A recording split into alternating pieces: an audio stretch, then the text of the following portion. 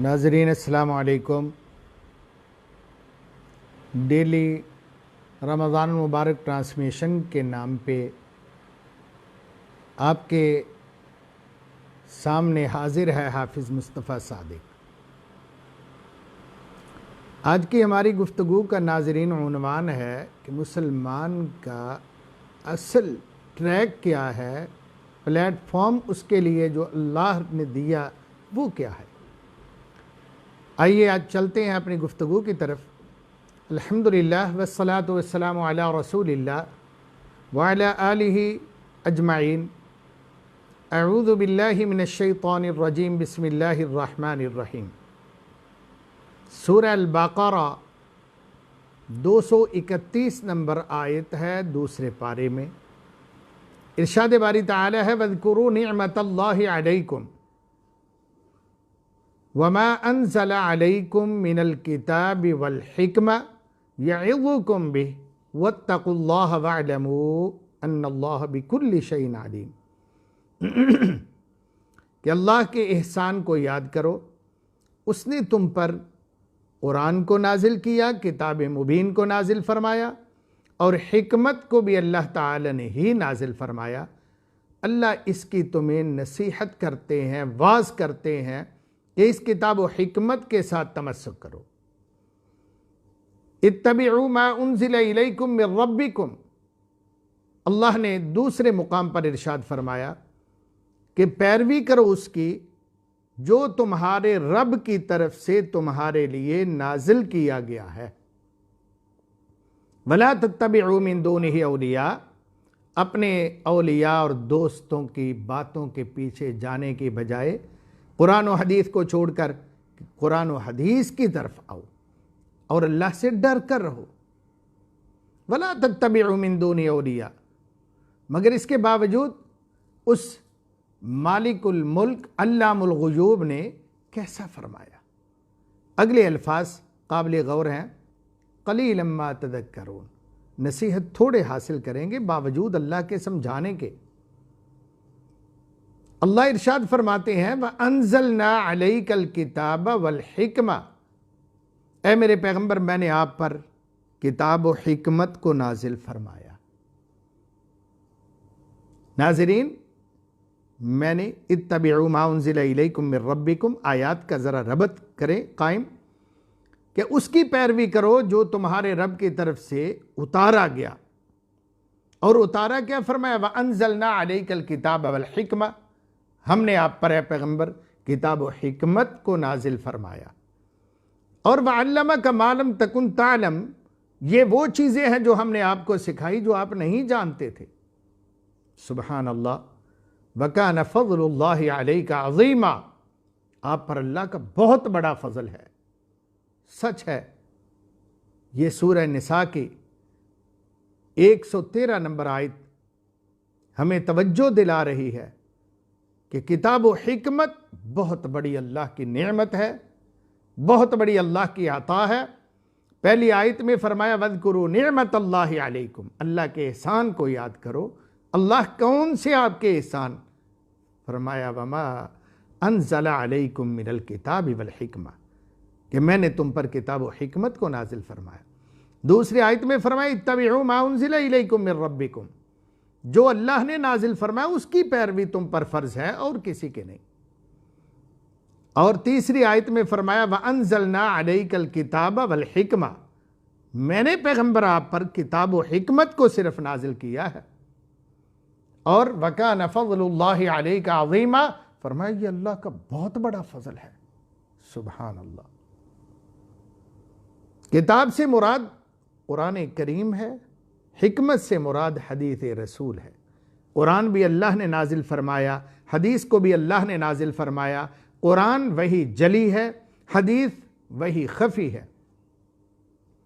قرآن وہی مطلوب ہے، حدیث رسول صلی اللہ علیہ وسلم وہی غیر مطلوب ہے۔ آپ کے اعمال، افعال، پیغمبر کے اقوال، پیغمبر صلی اللہ علیہ وسلم کے حرکات، جو بھی آپ نے ایک دینی رہنما ہونے کے ناطے سے انجام دیا وہ ہمارے لیے اسوہ حسنہ ہے، اس کو اللہ نے ہمارے لیے نمونہ بنایا ہے، اور اس کا علم حاصل کرنا ہر مسلمان پر فرض ہے۔ کم از کم اپنے 360 جوڑ کو، اپنی باڈی کو اللہ کے رسول صلی اللہ علیہ وسلم کے طریقے کے مطابق بنانے کے لیے، اس کو اپنی زندگی گزارنے کے لیے، اپنی باڈی کو تابع فرمان کرنے کے لیے اس کا علم ہر مومن کو جاننا ضروری ہے۔ اور جو جان گیا وَكَانَ فَضْلُ اللَّهِ عَلَيْكَ عَظِيمًا، جیسے پیغمبر کو اللہ نے فرمایا صلی اللہ علیہ وسلم آپ پر اللہ کا بہت بڑا فضل ہے، تو اس بندے پر بھی اللہ کا بہت بڑا فضل ہے یقیناً، جو قرآن و سنت کا تابع فرمان ہے، قرآن کو جانتا ہے، سمجھتا ہے، اس کی سوجھ بوجھ رکھتا ہے۔ أَفَمَنْ يَهْدِي إِلَى الْحَقِّ أَحَقُّ أَنْ يُتَّبَعَ، جو ہدایت کے لیے اللہ کی طرف سے مامور ہے اور سمجھتا ہے، تو ہر بندے کو چاہیے کہ اس کی اتباع کرے۔ اور وہ شخصیت، وہ ذات، وہ ہستی، وہ سیدنا محمد الرسول اللہ ہے صلی اللہ علیہ وسلم، پوری کائنات جن کی متبع ہے۔ یہ نہیں دیے سے دیا جلا دیا، نہیں، ہر ایک کو چاہیے بیک کی طرف جائے، اصل کی طرف جائے۔ یہی ہر مومن کے لیے دو پلیٹ فارم ہیں، ایک قرآن، دوسرا حدیث۔ نبی پاک صلی اللہ علیہ وسلم کے ازواج مطہرات کو بھی فرمایا وَاذْكُرْنَ مَا يُتْلَى فِي بُيُوتِكُنَّ مِنْ آيَاتِ اللَّهِ وَالْحِكْمَةِ، اے نبی کی ازواج، جو تمہارے گھروں میں پڑھا جاتا ہے دن رات، اترتا ہے، پھیلتا ہے، اشاعت ہوتی ہے، تدریس ہوتی ہے، مَا يُتْلَى فِي بُيُوتِكُنَّ، جو تمہارے گھروں میں جس کی تلاوت کی جاتی ہے، من آیات اللہ، وہ اللہ کی آیات ہیں، والحکمہ، اور حدیث رسول ہے صلی اللہ علیہ وسلم، اس کو تم بھی یاد کرو۔ گویا اس سے پتہ چلا نبی کے ازواج یا مومنوں کی خواتین جو ہیں، ان کے لیے بھی دین کا علم حاصل کرنا فرض ہے اللہ کی طرف سے۔ وَاذْكُرْنَ، وَاذْكُرْ امر کا صیغہ ہے۔ گویا کہ نبی صلی اللہ علیہ وسلم کے گھر، صحابہ رضوان اللہ علیہم اجمعین کے گھروں میں صرف تلاوت ہوتی تھی، پڑھے جاتے تھے، پڑھائے جاتے تھے، سیکھے جاتے، سکھائے جاتے تھے، تو صرف دو چیزیں قرآن اور حدیث ہوتے تھے، اسی کی تدریس ہوتی تھی۔ مسجد نبوی جو سب سے پہلی اسلامک یونیورسٹی تھی، جس کے چانسلر سیدنا محمد الرسول اللہ تھے، جس کے پروفیسر اور استاد معلم محمد کریم صلی اللہ علیہ وسلم تھے، انہوں نے کون سا نصاب پڑھایا، کون سا سلیبس دیا امت کو؟ صرف قرآن و حدیث۔ یہ دو کتابیں پڑھ کر سارے صحابہ جنتی ہوئے، یہ دو کتابیں پڑھ کر وہ جنت کے وارث ہوئے، یہ دو کتابیں پڑھ کر ازواج مطہرات اور دیگر مومنوں کی خواتین جو تھیں وہ جنتی بنی۔ ان کے لیے صرف یہی نصاب زندگی تھا، ایک قرآن، دوسری حدیث۔ آہستہ آہستہ مرور زمانہ کے ساتھ وہ دور بیت گیا، قرآن و حدیث سے ایک بڑے ہی انداز سے منہ موڑ دیا گیا، امت کا رخ پھیر دیا گیا، اور فقہ کی طرف رجحان کر دیا گیا، امتیوں کے اقوال کی طرف منہ موڑ دیا گیا۔ گویا کہ یوں پتہ چلتا ہے کہ نبی اکرم صلی اللہ علیہ وسلم کی حدیث تو زیادہ سے زیادہ 100 سال تک قابل عمل رہی ہوگی، استغفر اللہ۔ اس کے بعد جو ہی کچھ لوگوں نے یہ تقلید کو متعارف کروایا اور اس کی پھر اشاعت کی، پھر صدیاں اس پر جناب فرقے بنتے گئے۔ یہ پلیٹ فارم جو تھا اسلام کا، قرآن و حدیث کا، وہ چھوٹ گیا ہم سے، استغفر اللہ۔ اور پلیٹ فارم جو ہمیں نئے نئے مہیا کر دیے گئے، تو امت کا شرازہ بکھرنا شروع ہو گیا، استغفر اللہ۔ حدیث شریف ائمہ کے اقوال کی دلیلیں ڈھونڈنے کے لیے رہ گئی، قرآن پاک صرف برکت کے لیے ہمارے پاس رہ گیا، یا نمازوں میں تھوڑا تلاوت کے لیے، وہ بھی در حقیقت اندر کھاتے بات کچھ اور ہی تھی کہ ادنا ما یجزی صلاۃ الرجل آیا، ایک آیت بھی کافی ہے۔ مگر فقہ کا علم جو ہمارے بزرگوں نے ہمیں دیا، اس کو جاننا بڑا ضروری ہے۔ کہا گیا او قرآن و حدیث کی ضرورت نہیں ہے، اس کی اصل ضرورت ہے تقلید کے داعیان علماء امت۔ 4 مذہبوں کے سوا کہا گیا کہ تقلید کسی کی جائز نہیں۔ ان 4 ائمہ کے درمیان تقلید محدود ہو کر رہ گئی۔ امام ابو حنیفہ رحمۃ اللہ علیہ، امام مالک رحمۃ اللہ علیہ، امام شافعی رحمۃ اللہ علیہ، امام احمد بن حنبل رحمۃ اللہ علیہ۔ ایک مولوی صاحب نے بہت بڑی جسارت کی، کہتے اقوال صحابہ، صحیح حدیث، قرآن کی آیت، اس کی موافقت کوئی چندہ ضروری نہیں ہے۔ کہتے ہیں جو ان 4 مذاہب سے خارج ہے وہ گمراہ ہے۔ اس کی بات چاہے اقوال صحابہ کے مطابق ہو یا قرآن کے مطابق ہو یا حدیث کے موافق ہو، نہیں جناب، 4 مذاہب سے جو خارج ہے وہ گمراہ ہے، گمراہ کرنے والا ہے، کیونکہ قرآن حدیث کے محض ظاہری معنی لینا کفر کی جڑ ہے، کفر کی جڑ قرار دیا۔ استغفر اللہ۔ رجال حق کتاب کے اندر، جبکہ قرآن و حدیث تو ادلہ شرعیہ میں اصل کا درجہ رکھتے ہیں، مگر ان کو کہا گیا کہ جو قرآن و حدیث یا اقوال الصحابہ رضوان اللہ علیہم اجمعین، یعنی اللہ کا فرمودہ، محمد الرسول اللہ کا فرمان یا عمل، یا آپ کے تابع دار تربیت یافتہ شاگردوں کا عمل اور ان کے فرامین، کہتے ہیں ان کے موافق بھی کوئی بات کرے اس کی بات رد کر دی جائے گی۔ ہاں، پہلے یہ تقلید کے دائرے میں آؤ، اس جولان گاہ کے اندر آؤ، کسی ایک کھاڑے میں اترو، پھر بات کرو کوئی اور۔ حالانکہ رسول اللہ صلی اللہ علیہ وسلم نے فرمایا ترکت فیکم امرین لن تضلوا ما تمسکتم بہما، کتاب اللہ و سنت رسولہ، کہ میرے صحاب میں تم میں 2 چیزیں چھوڑ کر جا رہا ہوں، جب تک تم ان دونوں کے ساتھ تمسک کرو گے، اس ٹریک سے نہیں ہٹو گے، لن تضلوا، رب کعبہ کی قسم تم کبھی گمراہ نہیں ہوگے۔ کتاب اللہ و سنت رسولہ، ایک قرآن، ایک محمد الرسول اللہ صلی اللہ علیہ وسلم کا فرمان۔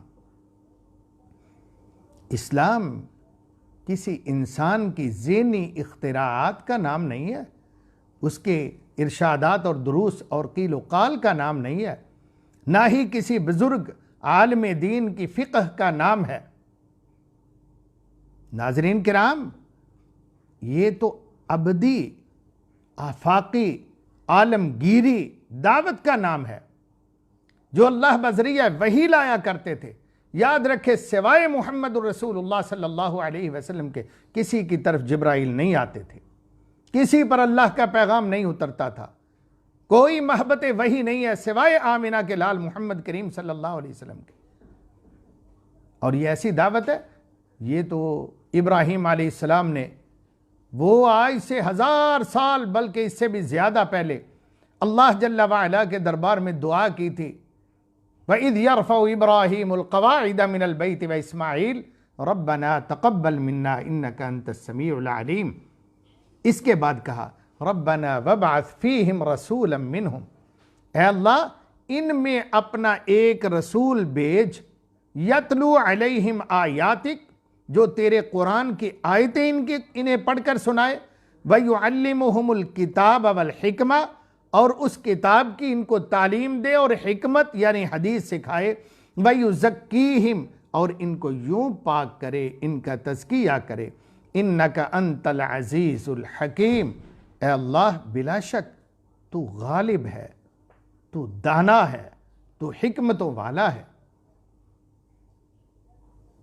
بھائیو، اگر کوئی آپ کو کہے، میں نام لیے بغیر کسی کا سیدھی بات کرنے کا عادی ہوں، اگر کوئی آپ کو کہے کہ بھائی ہر وہ آیت یا حدیث جو امام صاحب کے قول کے خلاف ہوگی یا تو وہ مؤول ہوگی، اس کی تعویل کی جائے گی یا اس کو منسوخ قرار دیا جائے گا۔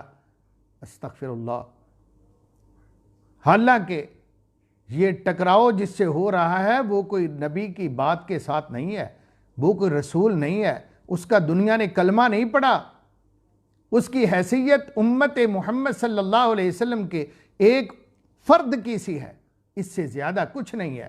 ان سے زیادہ شان والے اور مقام والے بھی اس امت کے اندر موجود ہیں، مگر کہا گیا افسوس اصول کرخی کے اندر یہ عبارت موجود ہے کہ ہر وہ قول رسول اللہ صلی اللہ علیہ وسلم کے حدیث یا قرآن کی آیت جو قول امام کے خلاف ہوگی، یا تو اس کو مرجوع قرار دیا جائے گا یا اس کو پھر منسوخ مانا جائے گا، اگر کچھ بھی نہ ہو سکا تو پھر اس کی تعویل کی جائے گی۔ یعنی قول امام کا برج منارہ جو ہے وہ اپنی جگہ رہے گا، وہ نہیں ہلے گا، ہاں اس کو بائی پاس کر دیا جائے گا، اس کو راستہ دے دیا جائے گا دوسری جانب جانے کا۔ تو میرے بھائیوں، خواتین و حضرات، ہمارے لیے اللہ تعالیٰ نے صرف قرآن و حدیث اول قرار دیا ہے جس پر ہم نے چلنا ہے۔ یہ دو ہاتھ، ایک ہاتھ میں قرآن دوسرے میں حدیث، دو آنکھیں، ایک قرآن کی طرف لگاؤ ایک حدیث کی طرف لگاؤ، دو کان، ایک قرآن کی باتیں سنیں دوسرا حدیث کی باتیں سنیں، دو پاؤں، یا چل کے جاؤ تو قرآن کی طرف یا چل کے جائے تو حدیث رسول صلی اللہ علیہ وسلم کی طرف۔ اللہ سے دعا ہے اللہ ہمیں عمل کرنے کی توفیق عطا فرمائے۔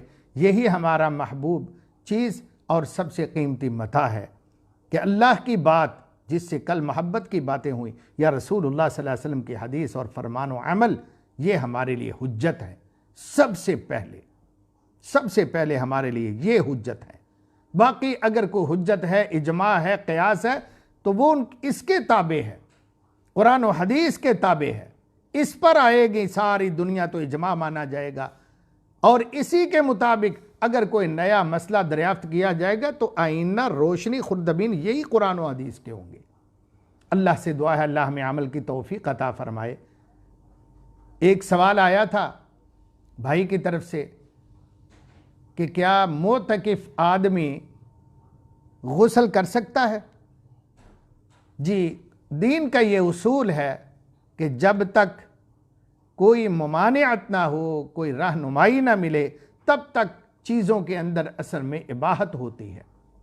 دیکھیں، میاں بیوی کا اللہ تعالی نے ملاپ اور تعلق منع کر دیا قرآن مجید میں، مگر بیوی کو دیکھنا، بیوی کے پاس بیٹھنا، بیوی سے کوئی ضروری بات کرنا، یہ بھی منع ہے؟ نہیں، یہ منع نہیں۔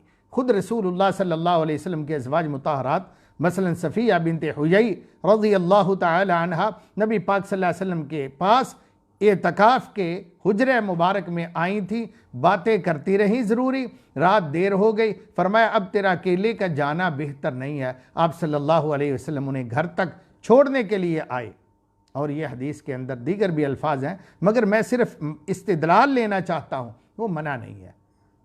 آپ صلی اللہ علیہ وسلم نے اپنا سر مبارک بیوی سے دھلایا، تو وَلَا تُبَاشِرُوهُنَّ وَأَنْتُمْ عَاكِفُونَ فِي الْمَسَاجِدِ کی آیت اس کے ممانعت میں نہیں۔ آپ علیہ السلام سیدہ عائشہ کے سامنے اپنے حجرہ سے کھڑکی سے باہر سر کو کر دیتے، وہ پانی ڈال کر آپ کا سر دھو دیا۔ تو نہانا بھی اسی قبیل سے ہے کہ اگر مسجد کی حدود میں رہ کر انسان نہا سکتا ہے تو کوئی مذائقہ نہیں۔ بعض حضرات کہتے ہیں جی فرضی غسل کے علاوہ نہانا منع ہے، تو میں کہوں گا مسجد کے اندر واش روم کرنا یہ بھی منع ہے، یہ پہلے منع ہے۔ رسول اللہ صلی اللہ علیہ وسلم کے زمانہ مبارک میں کبھی کسی نے مسجد کے حدود چار دیواری کے اندر پیشاب اور حاجت نہیں کہی، کبھی بھی پوری کی۔ اگر یہ سہولت مسجد کے اندر آئی اور معتکف باہر جنگل میں جانے کی بجائے یہیں سے یہ استفادہ کر سکتا ہے تو غسل خانے بھی بنے ہیں تو اس سے بھی فائدہ ہو سکتا ہے۔ اگر یہ منع ہے، اس کی کوئی دلیل نہیں ہے نہانے کی، تو اس کی بھی انشاءاللہ کوئی دلیل نہیں ہے کہ مسجد کے اندر انسان بول و براس اور اپنی حاجت پوری کرے۔ ھذا ما عندی واللہ اعلم بالصواب۔ امت پر پابندیاں نہیں لگانی چاہیے بے جا، جو کہ اللہ تعالیٰ نے نہ لگائی ہوں۔ ہمیں بھی چاہیے نرمی کریں، جیسے آپ صلی اللہ علیہ وسلم اپنے معلمین کو بھیجتے دوسرے ممالک اور شہروں میں اور فرماتے تھے کہ یسرا ولا تعسرا، دیکھنا، آسانیاں پیدا کرنا، مشکلات میں نہ مبتلا کرنا ان لوگوں کو۔ الدین یسر، دین تو آسانی کا نام ہے۔ اللہ تعالی ہمیں سمجھنے کی توفیق دے۔ جزاکم اللہ، وآخر دعوانا الحمدللہ رب العالمین۔